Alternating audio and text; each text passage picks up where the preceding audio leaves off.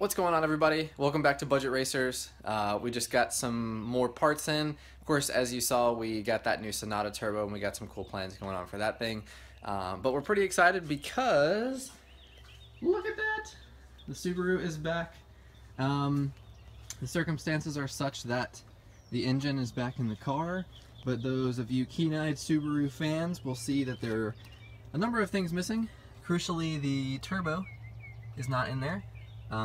And also we need the crank pulley, the fan, or the belt for the power steering and the alternator, as well as the AC is missing, and the radiator has no fans. There's no radiator in there as well. So we have since solved a number of these issues.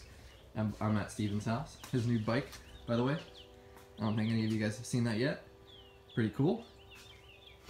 So here was the turbo that we supplied to Emerald Coast Motorsports and hoped that that would work. It was supposedly brand new Subaru EJ turbo, but come to find out it doesn't fit.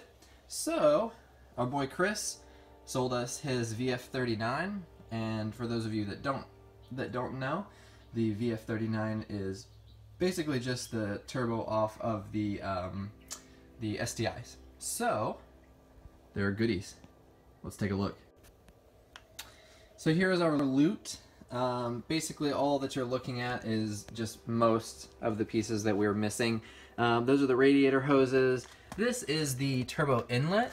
So I'll kind of show you guys. This is new to me, so it's pretty interesting how these Subarus work. Basically what happens is this inlet goes right through here, except it goes underneath the intake manifold, that guy right here.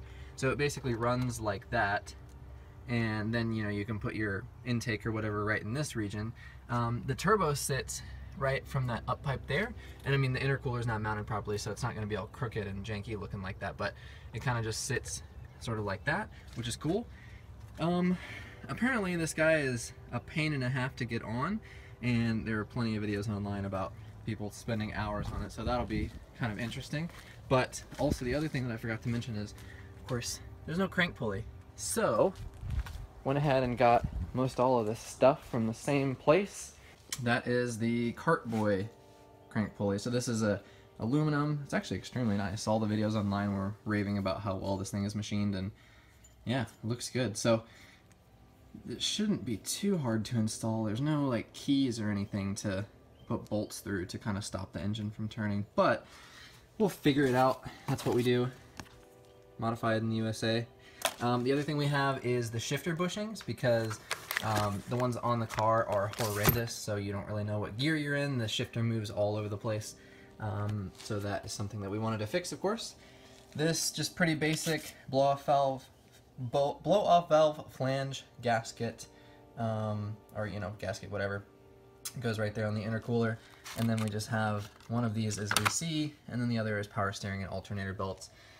So pretty normal stuff, nothing crazy. Really the funny thing is that the inlet costs almost as much as the turbo, but those inlets are super expensive, probably because it looks like it does with so many adapters and hoses and all that jazz going on. And then the other thing, it hasn't arrived, today's Monday, it'll be here Tuesday, is we got ourselves new EBC brakes.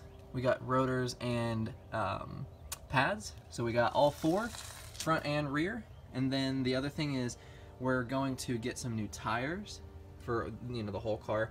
Basically these two on the left half of the car seem to be somewhat fine, and then this one is just flat. You can blow it up and then in 24 hours it's flat again. So we're going to take care of that, and then that one is not in the best shape either. We're really excited. The car is obviously still not in the best of shape. We're not really concerned with the outward appearance of it just yet. One thing that our friend Chris pointed out is the starter. You can see it's kind of hanging out down there, and I don't think we have the bolts to that, so we'll have to find starter bolts. But yeah, other than that, I mean the car is back. Here in a little while we'll be able to hopefully go get it tuned, but I mean this thing is just badass. I can't wait to get in and drive it. So maybe we'll get a radio, and yeah. Oh, and our AC. Yeah, I forgot. I mentioned the AC. Those starter bolts may be in there, actually. That's probably that giant one right there. That's kind of cool. The dude didn't leave us hanging. There's our blow-off valve. got all kinds of goodies in here. But our AC, of course, there's the AC pump, or the, you know, AC compressor right there. So we'll get that hooked up, and we're getting there. Just some other basic things that we need are like windshield wipers, battery, new headlights, of course. The STI or JDM fog lamps were busted out when we bought them, so maybe we'll look at replacing those. But otherwise, we're getting there. I'm really excited about this car. Alrighty, so trying to put some of these pieces and parts together. The turbo is in, basically. I mean, I bolted it down, more or less, and just hooked up the oil return line, because that kind of just slides into place. Basically what I'm trying to figure out now is that's the water feed line. That one's pretty easy because those line up perfectly. Just looking for the water return line, and then also looks like the oil feed is already on there, but that little silver thing that's just sticking out there, that little guy, it's, you know, just out there in limbo. So I just got to try to track down the correct, you know, hoses and fittings and stuff, and that's kind of the difficulty with this is, you know, we've never worked on one of these before, and now we got to make it drivable. So far so good. One thing down, a lot more to go. We haven't seen you in a hot minute, dude. I don't know, I've been sleeping. My hands are all dirty and he's showered up, fresh and clean. For work. Yeah, we both got to work. So, under the hood looks a fair bit different than the last time you guys saw it. Most notably, the wood engine hoist holder thing. The stock one fell off, and like the little grommet that is supposed to sit in there near the headlight fell off.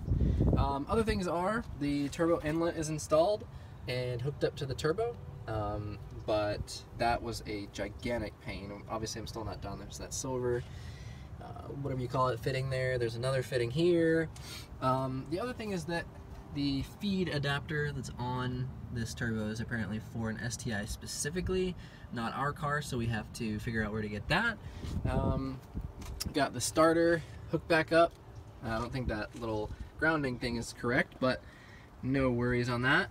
Other things would be, oh, the crank pulley is on there. That was pretty straightforward. The AC compressor is supposed to sit in this hole right here, otherwise I would have done the belts, but we don't have the bolts for the AC compressor, which is kind of a bummer, so we'll have to look into getting those. Other things are, just got our EBC brakes in the mail, so that's cool. We'll be able to do those here in a little bit. But otherwise, you know, we got some progress made on the car. There's a few things that are holding us back, like that oil feed obviously means I can't try to put the intercooler or anything back in, get that all plumbed up properly. Interestingly, I did not order black brakes, but as you can tell, we got shipped black brakes. So, unintentional coolness, I guess. I think these were more expensive if I'm not mistaken, but I just double checked and I did not get charged for black brakes. So, that's pretty cool. I'm not mad at that. So since basically everything else I can't get done today, I'm moving on to replacing the rotors and the pads. And Steven had to run off, but starting on the back, this isn't exactly captivating, so I'm going to move through this pretty quickly, but you know, we're getting one step closer with every little bit we do. I'm excited. I've been sick the last like week or so, and as you can tell in my voice, I'm kind of recovering, but you know, not the best. But the good news is that we have a ton of new stuff for the Subaru, and namely, we have all of the fluids that we'll need. I found a full 5-quart jug of brand new oil in the car, so went ahead and used that because we're only going to use it for, you know, a couple miles on the break-in.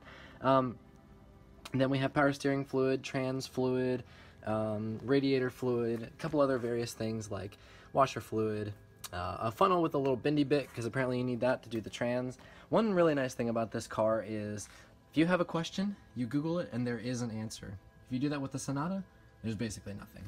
So that box there, the Amazon box, is windshield wipers and just other various bits and things.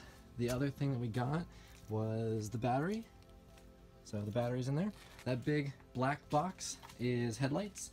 So we got some new headlights, and still haven't done the brakes yet. I'm gonna do those today. Basically what I was waiting for was the fact that we got sent the black rotors, but the dust shield and of course the calipers are rusty brown. So what we're gonna do is, before we do them all, basically just paint the dust shield and the calipers black with the high heat paint, and then that way they all kind of match. And so that shouldn't be too terrible, but I didn't want to get all the way through it, put it back together, and then have to take it back apart again.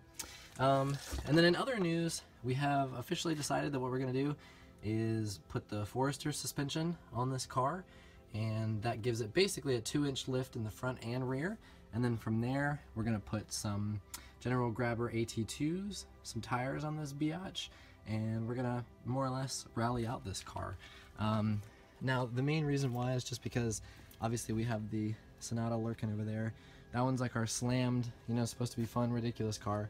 But we want something else just to have fun with. But there's arguments to both sides as to why we should rice out this one as well as the Sonata.